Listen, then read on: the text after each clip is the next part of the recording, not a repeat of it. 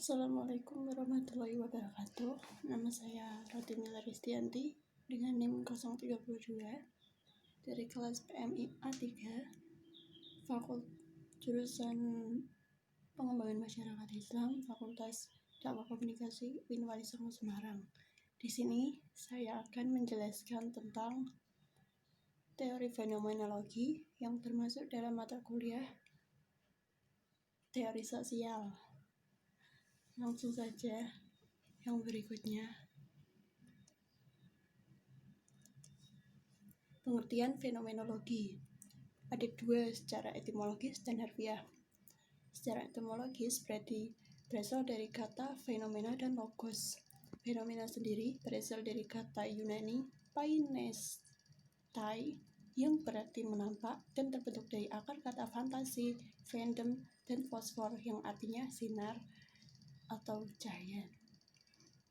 Dari kata itu terbentuk kata kerja tampak, terlihat karena bercahaya. Dalam bahasa kita berarti cahaya. Terus adanya logos itu ilmu. Terus secara harfiah, fenomena diartikan sebagai gejala atau sesuatu yang menampakkan yang dapat dipandang dari dua sudut. Yang pertama, fenomena selalu menunjuk ke luar atau berhubungan dengan realitas di luar pikiran. Dan kedua, fenomena dari suatu kesadaran kita, karena fenomenologi selalu berada dalam kesadaran kita. Oleh karena itu, dalam memandang fenomenologi harus terlebih dahulu melihat penyaringan atau rasio sehingga mendapatkan kesadaran yang murni.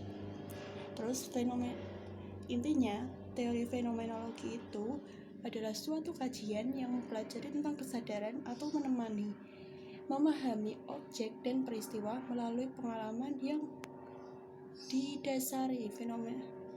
Fenomenologi memandang objek dan peristiwa dari perspektif penerima. Konsep utamanya itu adalah makna. Makna merupakan isi penting yang muncul dari pengalaman kesadaran manusia. Sejarah teori fenomenologi itu awalnya istilahnya diperkenalkan oleh J.H. Lambert tahun 1764 untuk merujuk pada teori kebenaran. Terus menurut Koch-Welmers, teori ini dipakai dalam filsafat tahun 1765 yang kadang ditemukan dalam karyanya Immanuel Kant, lalu didefinisikan sebagai makna secara teknis oleh Hegel. Terus yang C, menurut Hegel, fenomenologi itu berkaitan dengan pengetahuan yang muncul dalam kesadaran. Sains yang mendeskripsikan apa yang dipahami seseorang dalam kesadaran pengalamannya. Yang D, lalu selanjutnya teori ini dicetuskan secara intens sebagai kajian filsafat pertama kali oleh Edmund Husserl, sehingga sering disebut bapak fenomenologi. Filsafatnya itu sangat populer tahun 1950-an. Ini teori fenomenologi menurut para ahli, yaitu saya mengambil ada dua, ada Edmund Husserl 1859 sampai 1938 yang menyatakan bahwa kemunculannya ini tuh latar belakangi kenyataan terjadinya krisis ilmu pengetahuan. Di krisis ini, ilmu tidak bisa memberi nasihat apapun bagi manusia. Menurut Husserl, konsep teori sejati telah banyak dilupakan oleh banyak disiplin yang maju dalam kebudayaan ilmiah. Sehubungan dengan itu, Husserl mengajukan kritiknya, yaitu ada 6. Ilmu pengetahuan telah jatuh pada objektivisme, yaitu cara memandang dunia sebagai susunan fakta, objek dengan kaitan niscaya. Yang kedua, kesadaran manusia ditelan oleh tafsiran objektivitas itu, karena ilmu pengetahuan sama sekali tidak membersihkan diri dari kepentingan dunia. Yang ketiga, teori yang dihasilkan dari usaha membersihkan pengetahuan dari kepentingan itu adalah teori sejati yang dipahami dari tradisi pemikiran barat. Terus yang keempat, mempelajari bentuk-bentuk pengalaman dari sudut pandang orang yang mengalaminya secara langsung, seolah-olah si peneliti mengalaminya sendiri. Terus ada kelima, fenomenologi tidak saja mengklarifikasikan setiap tindakan sadar yang dilakukan, tapi juga meliputi prediksi terhadap tindakan di masa yang akan datang dilihat dari aspek yang terkait dengannya. Dan terakhir, semuanya itu bersumber dari bagaimana seseorang memaknai objek dalam pengalamannya. Oleh karenanya, tidak salah apabila fenomenologi juga dikaitkan dengan studi tentang makna, di mana makna itu lebih luas dari sekedar bahasa yang mewakilinya. Ini menurut ahli yang kedua ada Stanley Dietz menyimpulkan bahwa ada 3 prinsip dasar fenomenologi. Yang pertama, pengetahuan tentang kesadaran. Yang berarti pengetahuan bukanlah kesimpulan dari pengalaman, tapi didapat secara langsung dari pengalaman sadar. Yang kedua, makna sesuatu tergantung pada penting tidaknya sesuatu itu dalam kehidupan seseorang. Dengan kata lain, bagaimana peneliti menghubungkan objek potensial dengan maknanya tersebut. 3. Bahasa merupakan sarana memahami makna. Tiap individu mengalami kehidupan di dunia dengan bahasa yang digunakan untuk mendefinisikan dan mengekspresikan segala sesuatu yang ada di dunia. Selanjutnya, untuk memahami fenomenologi, ada beberapa konsep dasar yang perlu dipahami. Ada konsep fenomena, epoche, reduksi, kesadaran, dan konstitusi. Yang pertama ada fenomena, berasal dari kata Yunani, phantasai, artinya memunculkan, meninggikan. Fenomena sendiri adalah suatu tampilan objek peristiwa dalam persepsi, sesuatu yang tampil dalam kesadaran, bisa berupa hasil rekaman ataupun kenyataan. Menurut Mustakas, fenomena adalah apa saja yang muncul dalam kesadaran. Dalam menghadapi fenomena, manusia melibatkan kesadarannya, dan kesadaran selalu berarti kesadaran akan sesuatu ataupun yang biasa disebut realitas. Fenomena itu menjadi objek yang dikaji dalam studi fenomenologi. Yang kedua, epoche.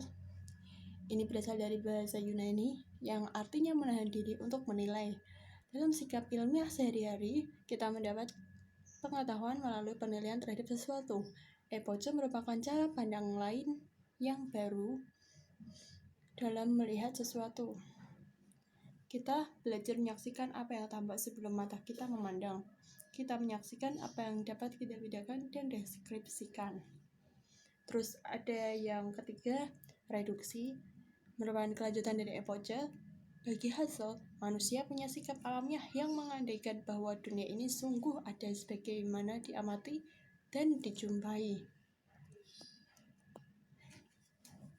Terus lanjutannya reduksi ada terbagi menjadi 2, reduksi fenomenologis dan reduksi fenomenologis transendental. Reduksi fenomenologis yaitu kita harus memilah pengalaman-pengalaman kita untuk mendapatkan fenomena dalam wujud semurninya.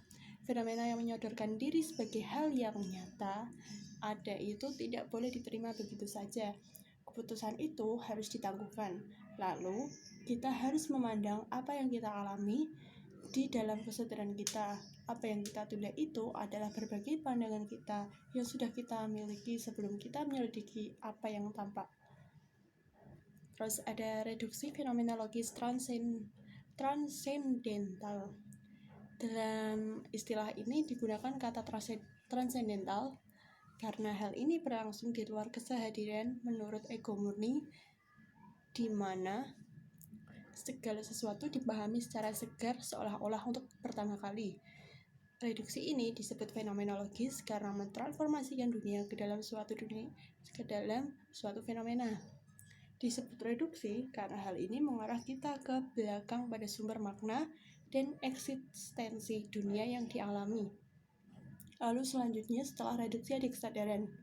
Kesadaran adalah kemampuan untuk memperlakukan subjek untuk jadi objek bagi dirinya sendiri atau jadi objek tentang dirinya sendiri. Bertens pernah berkata bahwa saya menjumpai hakikat kesadaran bila saya menemukan kembali kehadiran saya pada diri sendiri. Kenyataan kesadaran yang akhirnya mau ditunjukkan oleh kata dan pengertian kesadaran. Kesadaran tak lain adalah keterbukaan dan kelangsungan hidup dan kelangsungan hubungan dengan yang lain, di mana dirinya dengan yang lainnya tidak punya pemisahan yang tegas. Terus yang terakhir ada konstitusi. Konstitusi adalah proses tampaknya fenomena ke dalam kesadaran. Ia merupakan aktivitas kesadaran sehingga realitas itu tampak. Burton mengatakan tidak ada kebenaran pada dirinya selepas dari kesadaran, dan karena yang disebut realitas itu tidak lain daripada dunia, sejauh dianggap benar, maka realitas itu harus dikonstitusi oleh kesadaran. Konstitusi itu berlangsung dalam proses menambahkan yang dialami oleh dunia ketika jadi fenomen bagi kesadaran internasional. Dengan kata lain, konstitusi itu semacam proses konstruksi dalam kesadaran manusia. Saat kita melihat satu bentuk benda, tampak pada indera kita selalu hanya sebagian. Ia tampak dari mana kita melihat. Tapi kesadaran kita melakukan konstitusi, sehingga kita menyadari tentang kemungkinan bentuk benda itu bila dilihat dari sisi lain. Konstitusi adalah hal yang dilihat dari sudut pandang subjek, memaknai dunia dan alam semesta yang dialami. Terus, ini referensi yang saya pakai ada 2. Studi fenomenologi tumbuhnya prasangka etis di Jogja dan pendekatan fenomenologi pengantar praktik penelitian dalam ilmu sosial dan komunikasi. Oke, sekian dari saya. Apabila ada salah-salah kata ataupun yang lainnya, saya mohon maaf. Wassalamualaikum warahmatullahi wabarakatuh.